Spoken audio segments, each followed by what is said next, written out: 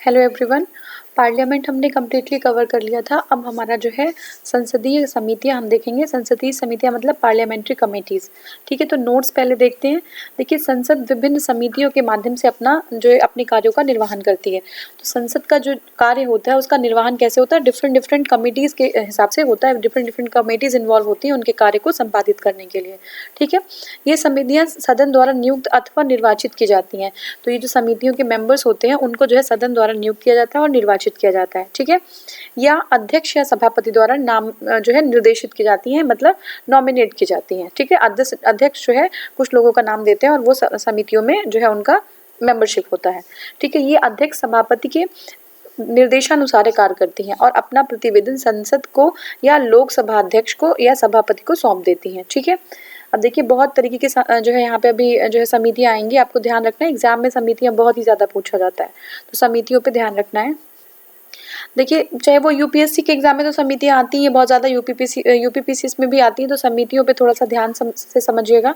समितियाँ जो संसदीय समितियाँ उनको मुख्यतः दो भागों में विभाजित कर सकते हैं हम। ठीक है, अगर ऊपर ऊपर से सुपरफिशियली देखें तो दो पार्ट्स में हम डिवाइड कर सकते हैं। पहला क्या है, स्थायी समितियाँ, और दूसरा क्या है, तदर्थ समितियाँ। ठीक है, पहला क्या है, स्थायी समिति, और दूसरा है तदर्थ समिति। स्थायी समितियाँ स्थायी प्रवृत्ति की होती हैं या स्थायी प्रकृति की होती हैं, जो है परमानेंट नेचर की होती हैं, जो निरंतरता के आधार पर कार्य करती हैं, मतलब कंटिन्यूअसली जो है अपना काम करती रहती हैं। ठीक है, वो कंटिन्यूअस होती हैं। ठीक है, इसका गठन प्रत्येक वर्ष अथवा समय समय पर किया जाता है। ठीक है, तो जब भी इनकी ज़रूरत पड़ती है तो इनका गठन जो है हर ईयर या फिर टाइम बाय टाइम इनका जो है गठन किया जाता है। तदर्थ समितियों की प्रकृति अस्थायी होती है। मैंने बताया था दो तरीके की समितियां हैं, एक तो आपका है स्थायी समिति और एक है तदर्थ समिति।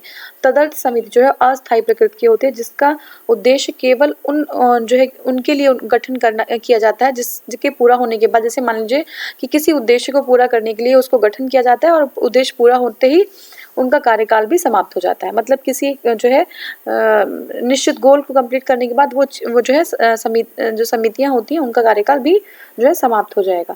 स्थायी समितियां, अब देखिए स्थायी समितियों में कौन कौन सी हैं। स्थायी समितियों में वित्त समितियां हैं। ठीक है, वित्त समितियां हैं। फिर विभागीय स्थायी समिति है, क्या है, वित्त समिति, विभागीय स्थायी समिति, जांच समिति, परीक्षण एवं नियंत्रण के लिए गठित समिति, फिर है सदन के दैनिक कार्यों से संबंधित समितियां, और फिर है सदन समिति अथवा सेवा समिति। तो ये जो है आपकी स्थायी समिति है। फिर से देख लीजिए, वित्त समितियां, विभागीय स्थायी समिति, जांच समिति, परीक्षण एवं नियंत्रण के लिए गठित समिति, और सदन के दैनिक कार्यों से संबंधित समितियां।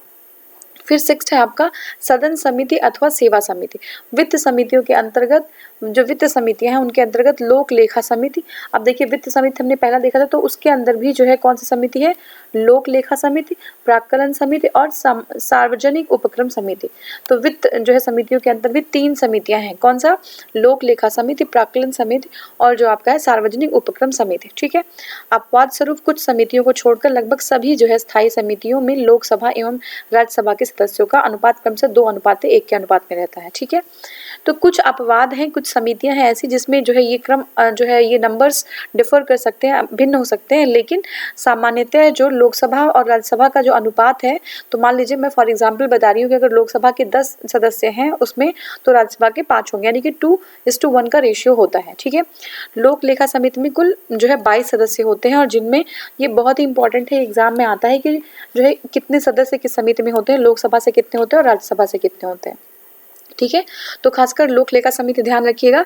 लोक लेखा समिति में टोटल 22 मेंबर्स होते हैं, 22 सदस्य होते हैं, जिनमें 15 जो है वो आपके लोक सभा से होते हैं और 7 सदस्य राज्यसभा से होते हैं। 2:1 हो गया ना, अप्रोक्सीमेटली जो है 22 होते हैं और 15 जो है इसके होते हैं आपके लोकसभा के और 7 राज्यसभा से होते हैं। यह समिति, लोक लेखा समिति का क्या काम है, यह समिति जो है सरकार के विनियोग लेखा और उन पर नियंत्रण तथा महालेखा परीक्षक के प्रतिवेदन की जांच करता है। क्या करता है, यह समिति सरकार के विनियोग लेखा और उन पर नियंत्रण तथा महालेखा परीक्षक के प्रतिवेदन की जांच करता है।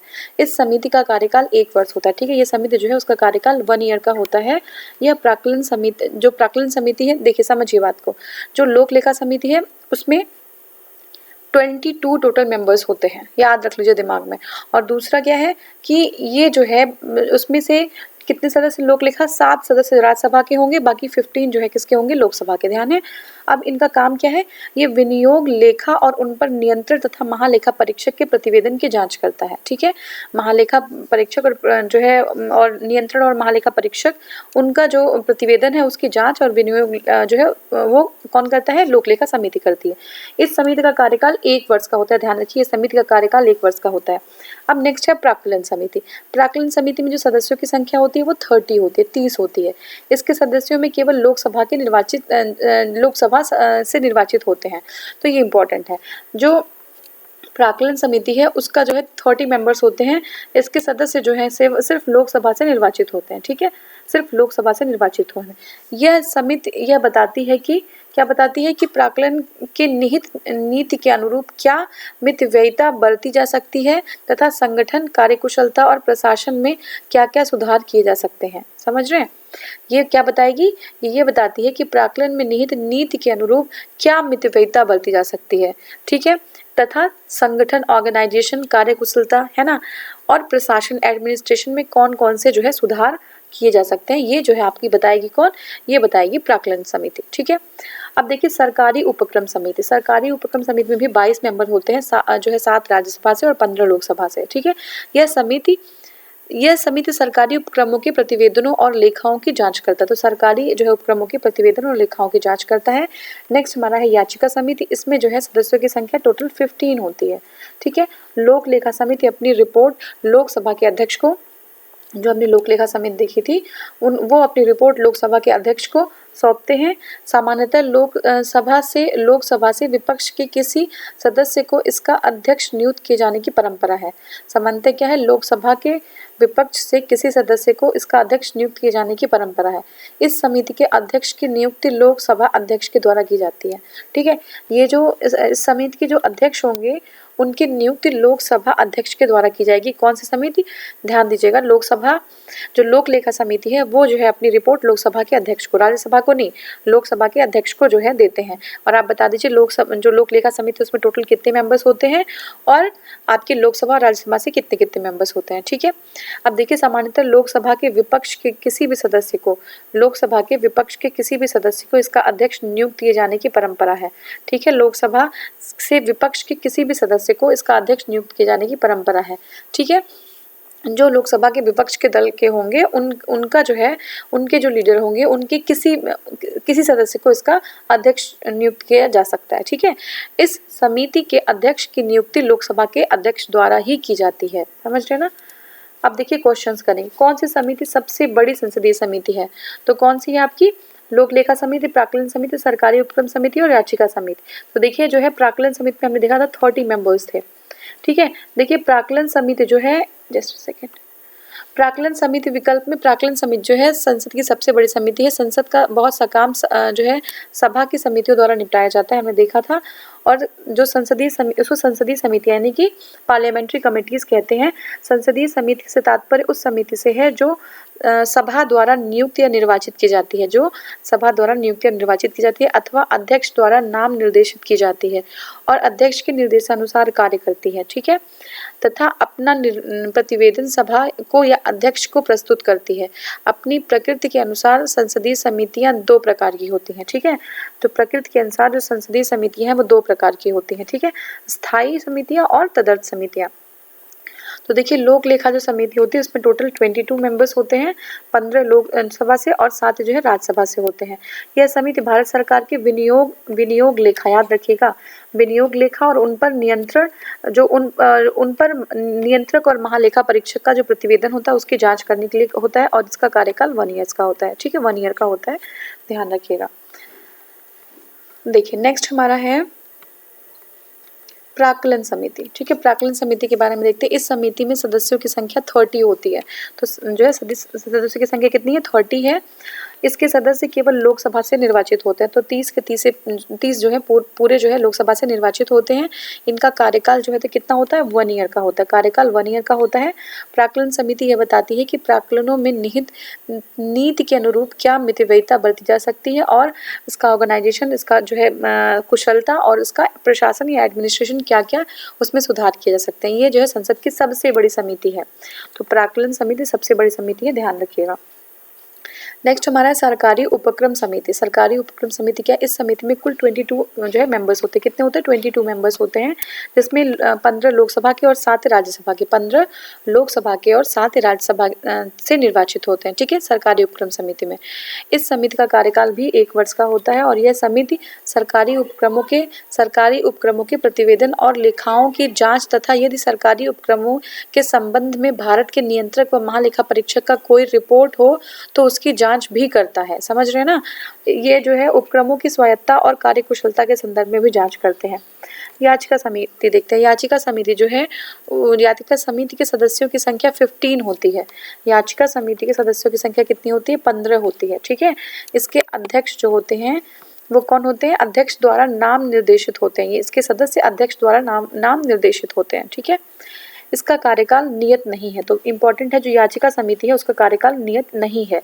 पुनर्गठन किए जाने तक यह समिति बनी रहती है। ठीक है, इस समिति का जो कार्य है वो लोकसभा को प्रस्तुत की गई याचिकाओं पर विचार करना है।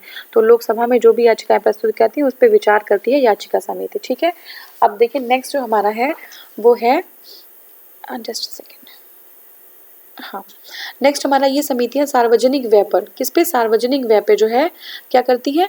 संसदीय नियंत्रण का अंग है। सार्वजनिक व्यय पर संसदीय नियंत्रण का अंग है।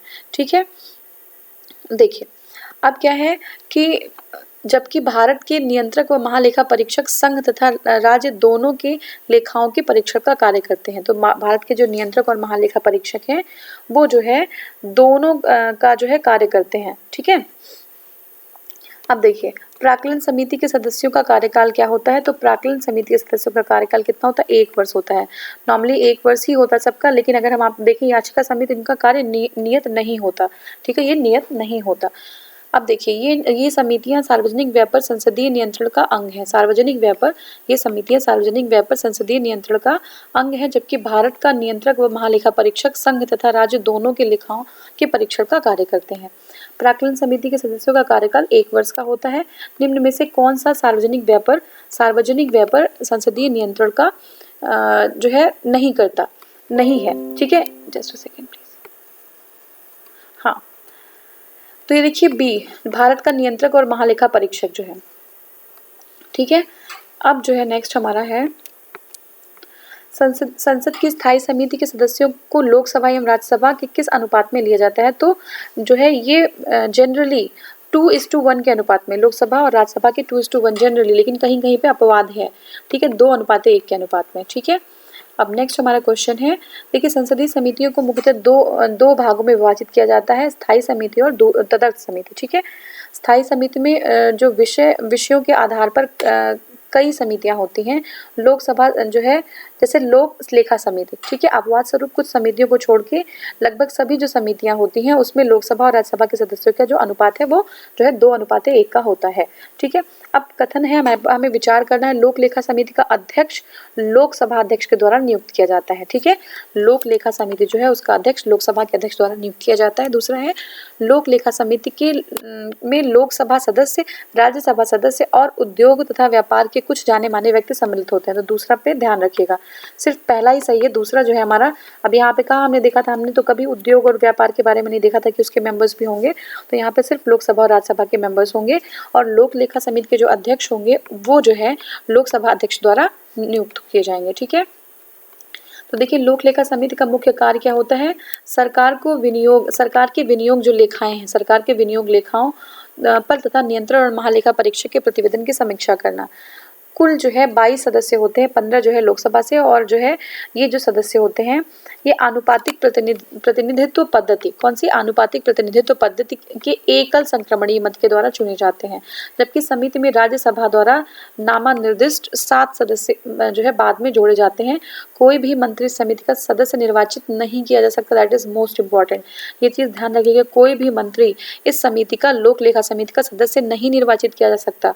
लोक लेखा समिति के अध्यक्ष के रूप में लोकसभा के अध्यक्ष द्वारा परंपरा के अनुसार विपक्ष के किसी नेता को चुना जाता है। तो देखिए लोक लेखा समिति के जो अध्यक्ष होंगे वो जो है, अगर हम जो हमारा जो परंपरा है, ट्रेडिशन है, उसके अकॉर्डिंग जो हमारा विपक्ष का दल होता है उसके कोई भी सदस्य को जो है लोकसभा का अध्यक्ष जो है चुन लेता है लोक लेखा समिति के अध्यक्ष के पद पर। समझ रहे हैं?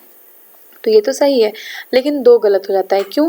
क्योंकि लोक लेखा समिति में लोकसभा एवं राज्यसभा के सदस्य के अतिरिक्त उद्योग और व्यापार से संबंधित किसी भी बाहरी व्यक्ति को चुनने का कोई भी प्रावधान नहीं है।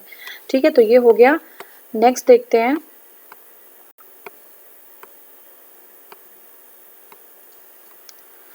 निम्नलिखित कथनों पर विचार करिए। देखिए, कथन है लोक लेखा तथा सार्वजनिक उपक्रमों की समितियों में लोक लेखा तथा सार्वजनिक उपक्रमों की समितियों से राज्यसभा के सदस्य भी संबंधित होते हैं, जबकि प्राक्कलन समिति के लिए सदस्य केवल लोकसभा के लिए ही लिए जाते हैं। ठीक है ना, तो प्राक्कलन में कितने 30 मेंबर्स होते हैं और लोकसभा से ही होते हैं सारे। ठीक है, अब देखिए, संसदीय कार्य मंत्रालय का कुल मिलाकर संसदीय कार्यों की मंत्रिमंडलीय समिति के निर्देशन में कार्य करता है। देखिए समझिए, संसदीय कार्य मंत्रालय जो है वो कुल मिलाकर संसदीय कार्यों की मंत्रिमंडलीय समिति के निर्देशन में कार्य करते हैं। नेक्स्ट हमारा विभिन्न मंत्रालयों में भारत सरकार द्वारा गठित समितियों, परिषदों, मंडलों एवं आयोगों के सदस्य को संसदीय कार्य मंत्री नामित करता है।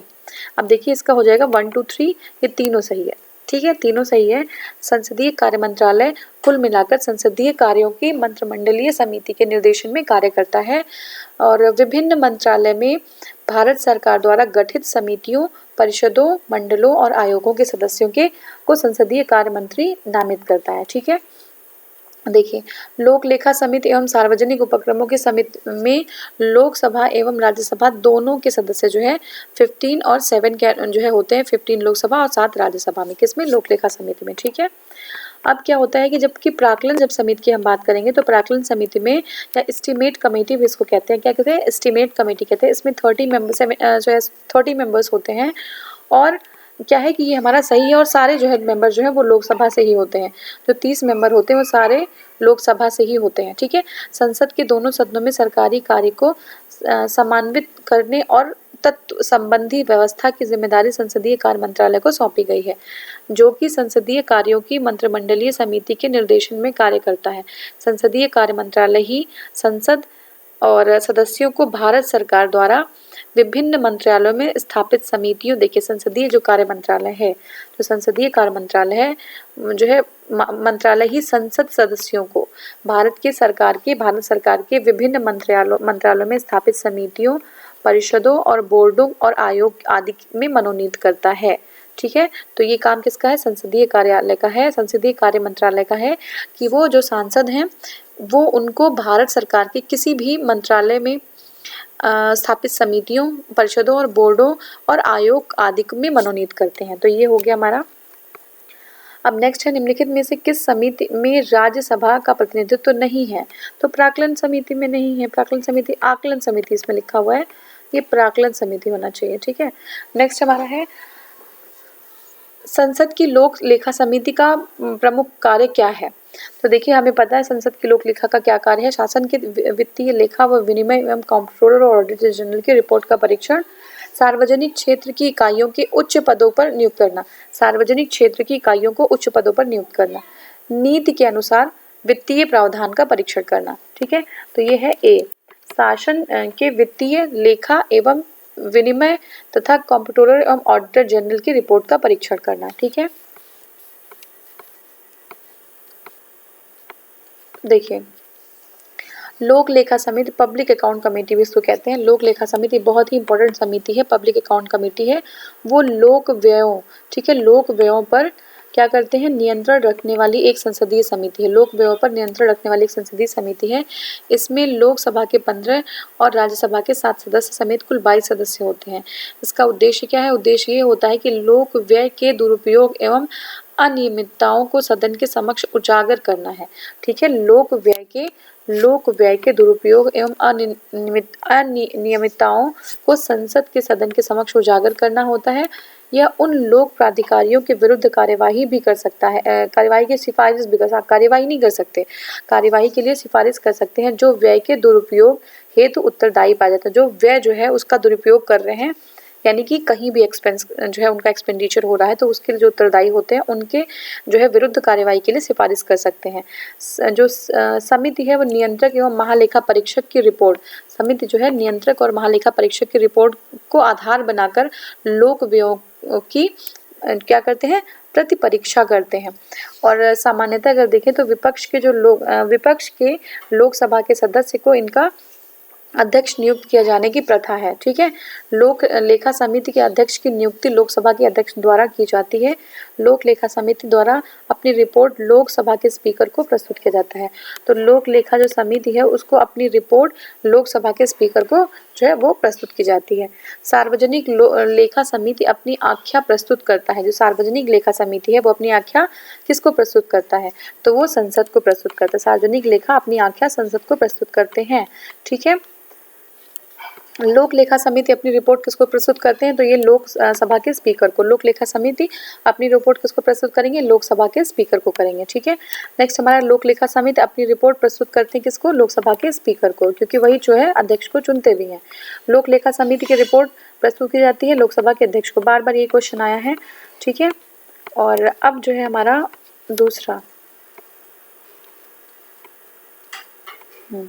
देखिए नेक्स्ट क्वेश्चन है, लोक लेखा समिति में निम्नलिखित सदस्य होते हैं, नीचे दिए गए कोटों का सही उत्तर चुनिए।